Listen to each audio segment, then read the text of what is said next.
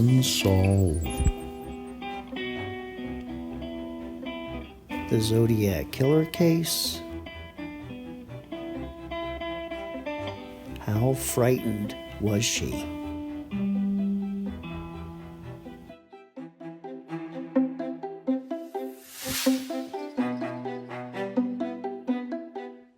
Well, I pulled the middle wire from the distributor.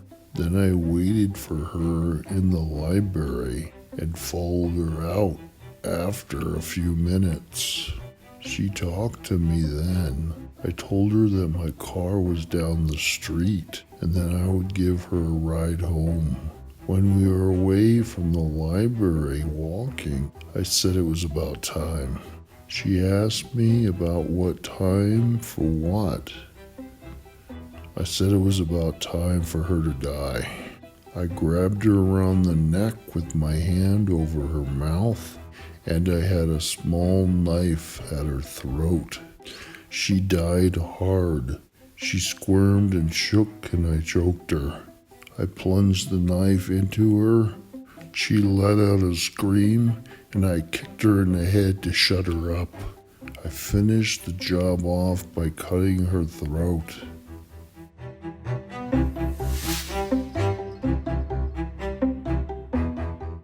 Cheri Jo Bates lived in Riverside, California, and Riverside is in Southern California.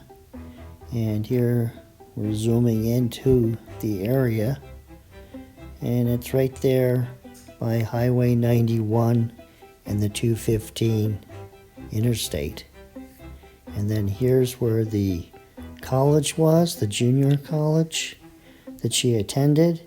And then she lived west about 5-10 miles from the college. And the main road that you would take would be Magnolia Avenue.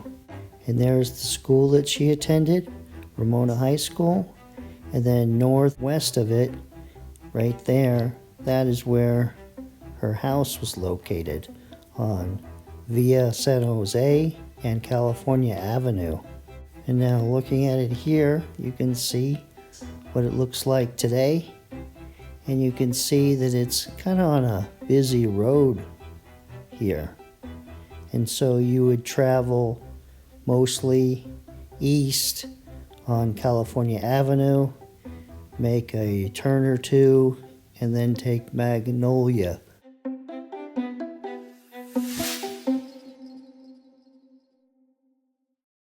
Here's a photograph of the crime scene, and it's in a dirt driveway, but I believe that there was a concrete sidewalk in the foreground. And to the left was the college, and to the right was where Cheri parked her car. All of the former residents around the scene of the murder were owned by the college. On weekends and late at night, the unoccupied houses constituted a deserted neighborhood. Now this photograph is about 180 degrees the other direction and was taken sometime after the murder.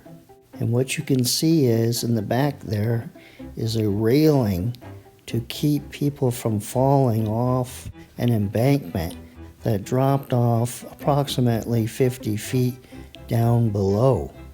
So there were no houses on the other side of the street. Now in this old photograph, you can see Terracina Drive, and then the X is the approximate location of Cheri's car, and then the really small dot is the crime scene, or where her body was found. Now here I've put the street numbers on the map, and you can see at 3608 is RCC, and that's the quad building that housed the library. The library consisted of only 3 rooms in the building, and the crime scene location was at 3680, in between 3680 and 3692. Now here's a side-by-side comparison of the old photograph with the new photograph of the location. And you can see that whole entire neighborhood of houses has been torn down and replaced with new college buildings. So the crime scene is no longer there. And now looking at the quad building, it looks like it got a new roof, and in the inside there, they've created concrete pathways for the students. And the one pathway where it says Terracina Drive is where I believe Cheri Jo Bates went into the quad building and also left the quad building from there and then headed to the left towards her car. Now the question is, how did Cheri get to that spot right there? And some of the details are that she fell face down and onto her purse. And about 10 feet away, a men's wristwatch was found. And then there were blood drops that led from her body out towards the street to the foreground of this picture. So it appears that her attacker went back out to the street and then either went right or left to his car or towards his residence.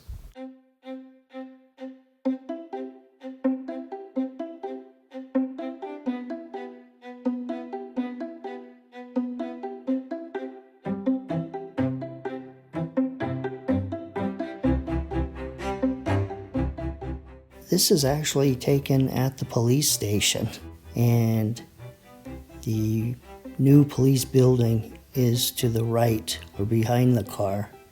And you can see that here in this picture of Cheri's vehicle.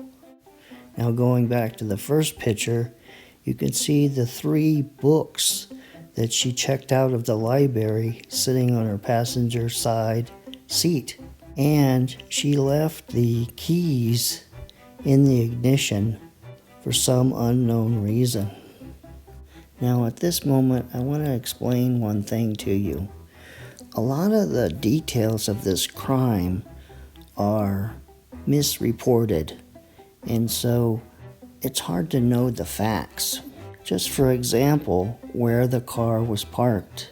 I've read at least 8 different distances of how far her car was parked from where her body was found in that driveway.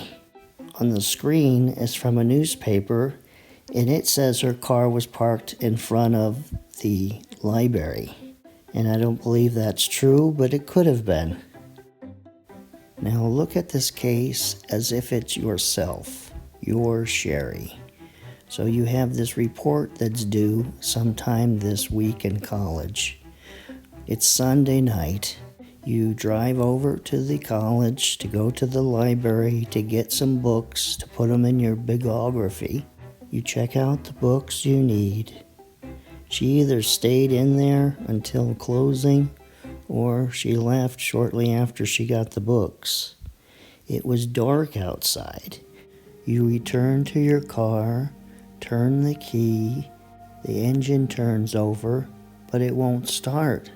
And so you try again, and you turn the key, and it won't start. And maybe you do this until the battery dies. And then you're stuck there. You're isolated out there. Remember, all the houses there are vacant. You might have been frightened. Then some stranger comes up to you and asks about helping you. Or some guy that you don't like from your high school years comes up and offers to help you with your car or give you a ride. Do you take a ride with him? Do you go to his car to get some tools? What do you do? What's the best thing to do? The library's possibly closed up.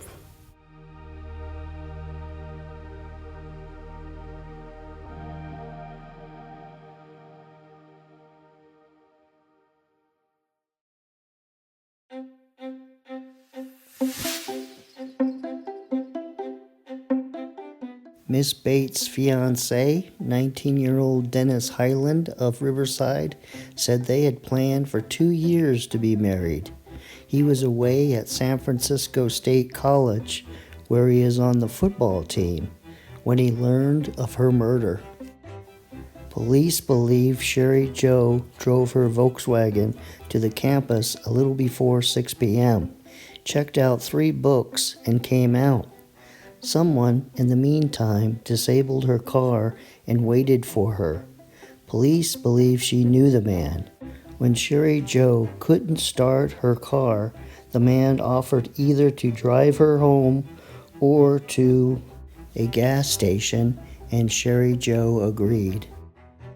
The Riverside police contend the suspect was a rejected suitor who might have had some friendly dates with Cheri and ended up taking the relationship more seriously than she did.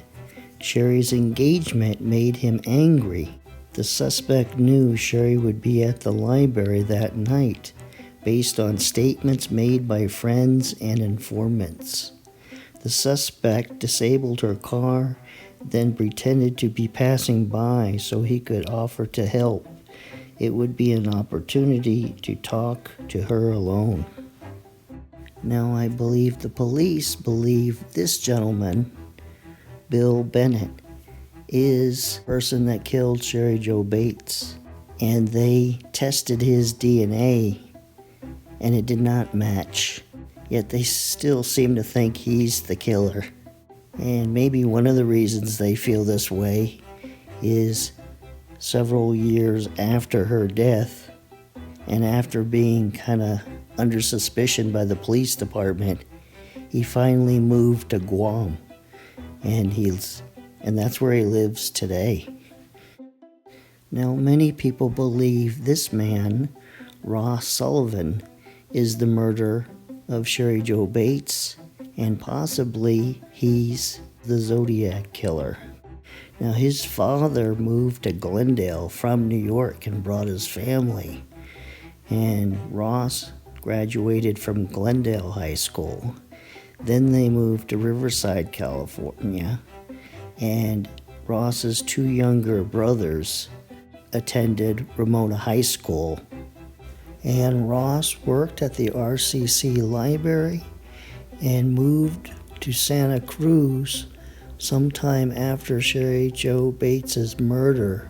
And his younger brother, one of them, moved to Berkeley, California, which is very close to the scene of the crimes in the Zodiac murders.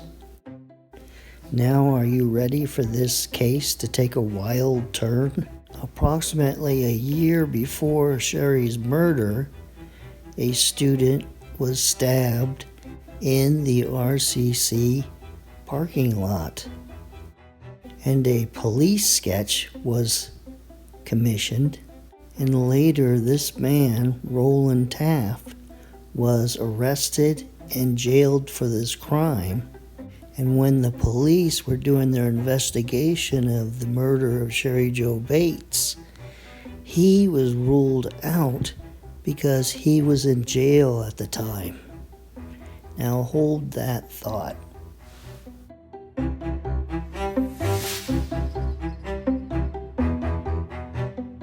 Now I'm going to back up a little bit and tell you about Cheri, who was a good kid.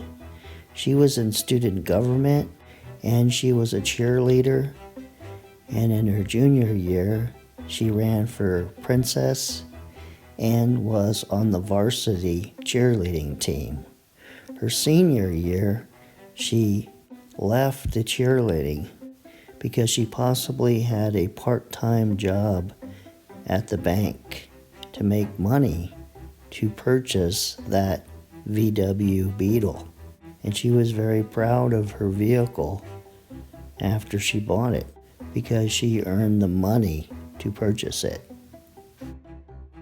Now, the previous weekend to Cheri's murder, she went up to visit her boyfriend, Dennis Highland, with his parents to San Francisco, and he proposed marriage to her.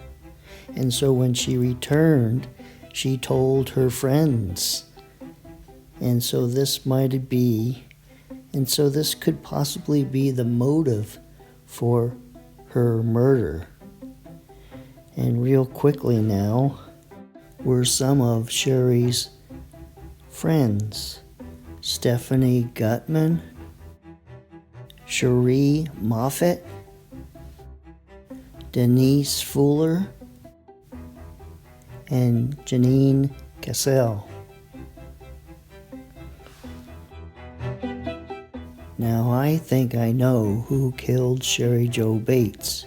It was one of the next three people that I mentioned.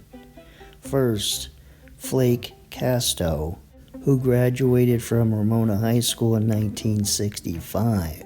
And his family in the 1950s lived in Cheri Jo Bates's house.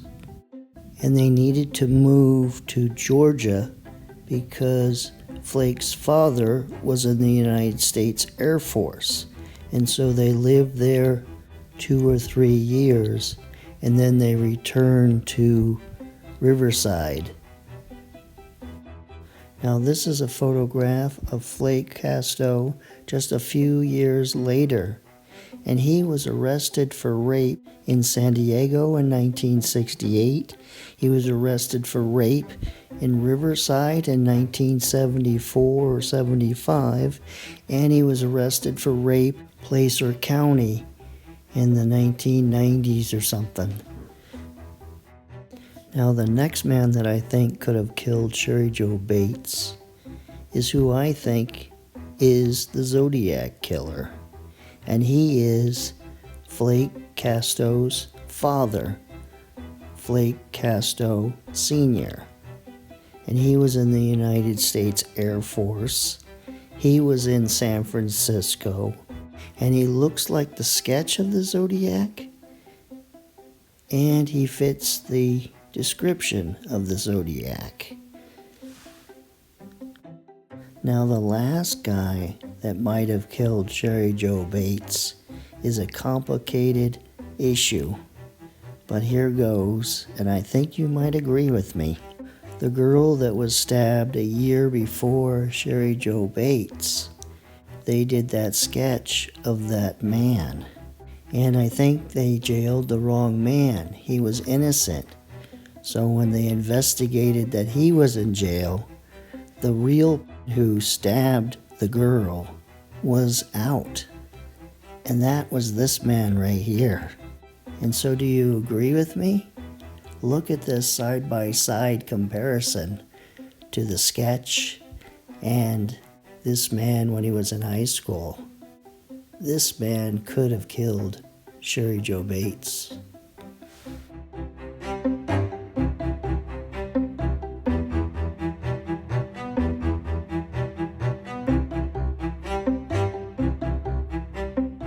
Well, this ends this episode of Unsolved. And believe it or not, there's a whole great deal of mystery to take place that I haven't covered yet. The murderer mailing a typed confession letter, possibly describing the murder. A janitor finding a poem written on a desktop. And a prankster writing 3 letters. So that will be the subject matter of the next episode on the Zodiac killer case. So I'll see you.